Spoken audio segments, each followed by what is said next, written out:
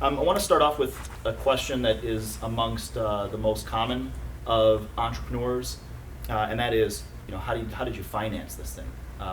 And interesting, we've got the purchase of a private business. Your jewelry business that you purchased was a privately owned, right? Yeah. You've got the purchase of a franchise. You've got a fresh startup, and then one that was kind of organic development. So why don't we just hear? We'll start with you, Donald, and then we'll maybe move on to Patty, and then move around a little bit. How'd you finance $1.2 million purchase? How did I find a $1.2 million purchase with $2,000 in the bank of my own personal savings? With $2,000 in the bank of his personal savings. Like I said, it took me 36 to 38 meetings, 19 and a half months. It wasn't easy, but if you keep at it, you can do it. How did I do it? I actually, by talking to 2 clients who had been clients for years, they privately invested. So that's how I would receive some of the money. The rest I actually, through a bank, received some of the money. And then the last $50,000, and I don't advise this, but I did it, I put it on a credit card. So That's how I bought the personal company. credit, private investors who were clients, Who were clients, and bank loan. and a bank loan. Right. So right behind Donald, you see a couple of words there that really ring true, and that's resourceful and tenacious. 30-some meetings, and going after whatever sources of capital he could, right? Mm-hmm. Exactly. Right. Well, my wake-up call was actually an angel investor meeting that the DePaul Coleman Center put on. I didn't have any idea really how those things worked. And the first thing I found out when I walked into the group was I don't qualify.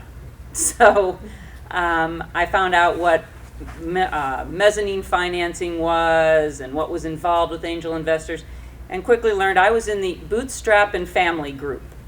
So mine was totally self-financed, and then I found out I wasn't really even in that group. I was really in the bootstrap group because family kind of looked at me and said, "Really? Don't think so." And the most important thing I would recommend, people will tell you it'll take you at least a year till you make any money. I'd say 2 years.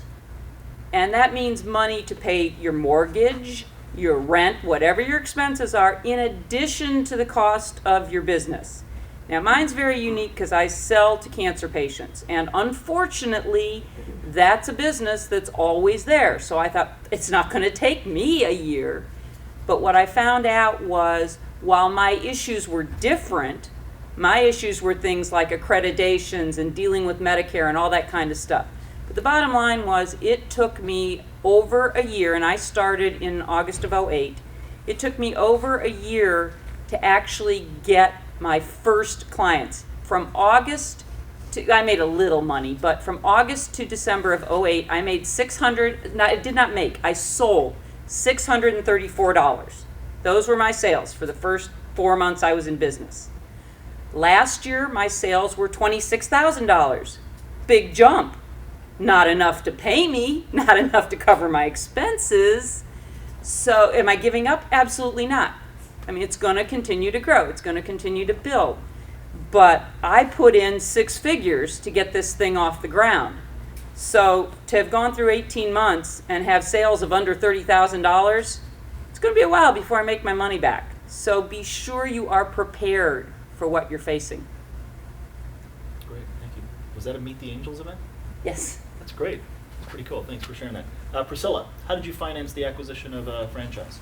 Well, I had a pretty generous severance package, so that helped. And I also had savings, but I was in for some surprises because one of the downsides of getting into a franchise that's very new, actually. I don't know how many of you have heard of Maui Waui Hawaiian Coffees and Smoothies, but I've been there and it's wonderful. Thank you. Thank you.